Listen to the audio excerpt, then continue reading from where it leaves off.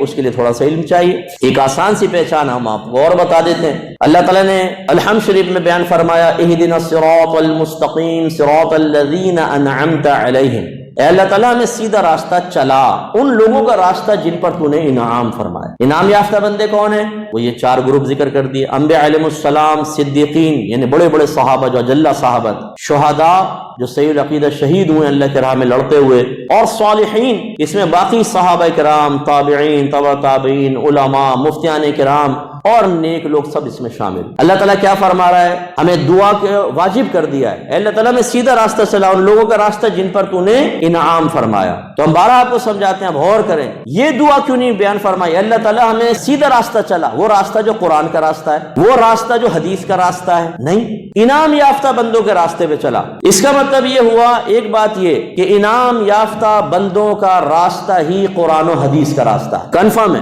دوسرا جو سمجھنے والی بات ہے وہ یہ کہ یہ بتائیے قرآن صرف ایک زمانے کے لیے تھا یا قیامت تک کے لیے؟ بولیے، قیامت تک کے لیے۔ اس کا مطلب یہ ہوا کہ آپ کو مجھے بھی یہ حکم ہے کہ ہم عرض کر رہے ہیں اللہ تعالیٰ ہمیں سیدھا راستہ چلا، ان لوگوں کا راستہ جن پر تو نے انعام فرمایا۔ کوئی زمانہ اللہ کے انعام یافتہ بندوں سے خالی نہیں ہوگا، کیونکہ رول ماڈل ان کو بنایا ہے نا، کوئی زمانہ ان سے خالی نہیں ہوگا۔ اس کا مطلب ہے کہ سب سے پہلے جو انعام یافتہ بندے ہیں وہ سرکار کے دور میں تلاش کریں، پھر تابعین، پھر تبع تابعین، پھر اس کے بعد حتیٰ کہ آپ کا ہمارا زمانہ۔ اب اپنے زمانے میں اگر آپ انعام یافتہ بندے تلاش کرنے کی کوشش کریں گے تو اس کا معیار کیا ہوگا؟ جو پہلے انعام یافتہ بندے ان کے اوپر پرکھ لو۔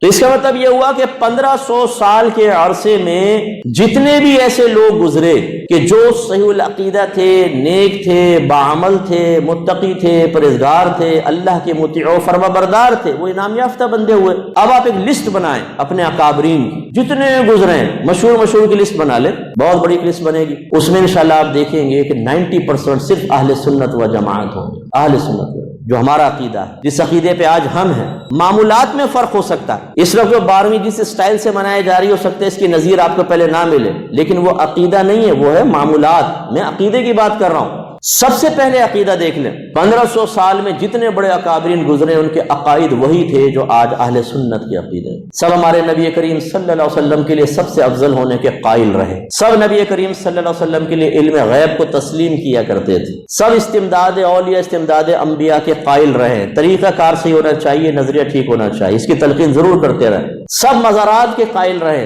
صاحب مزار کی تعظیم، اس سے استغاثہ کے قائل رہے، کسی نے انکار نہیں کیا۔ 1500 سال اٹھا کر دیکھیے آپ، سب ایصال ثواب کے قائل رہے، جو تقریباً جو ہمارے عقیدے آج ہیں وہ سب اکابرین سے ثابت ہیں، اور بڑے بڑے اکابرین سے۔ تو خلاصہ کلام یہ ہے کہ اب اللہ کا حکم تو ہے کہ اللہ تعالیٰ ہمیں دعا کا حکم ہے نا، اے اللہ تعالیٰ میں سیدھا راستہ چلا، ان لوگوں کا راستہ جن پر تو نے انعام فرمایا، اور 1500 سال کے انعام یافتہ بندے جتنے بھی آپ دیکھ لیں وہ اہل سنت میں، بڑے بڑے سب اہل سنت میں سے ہیں، اور یہ ہمارا دعویٰ ہے۔ لکھیں، جتنے بھی اولیاء کرام آئے صرف اہل سنت سے آئے، جتنے بھی بڑے بڑے ولی دیکھ لیں سب اہل سنت سے آئے۔ تو یہ اللہ تعالیٰ نے واضح فرما دیا۔ اب اس کا مطلب یہ ہوا کہ یہ بس سیکھنا ہے کہ انہیں انعام یافتہ بندوں کے نظریات کیا تھے، ان کے خیالات کیسے تھے، ان کے عقائد کیسے تھے، پھر پرکھ لیں۔ آج کے دور میں آپ کو خود پتہ چل جائے گا کون صراط مستقیم کی دعوت دے رہا ہے اور کون غیر صراط مستقیم پر گھسیٹ رہا ہے۔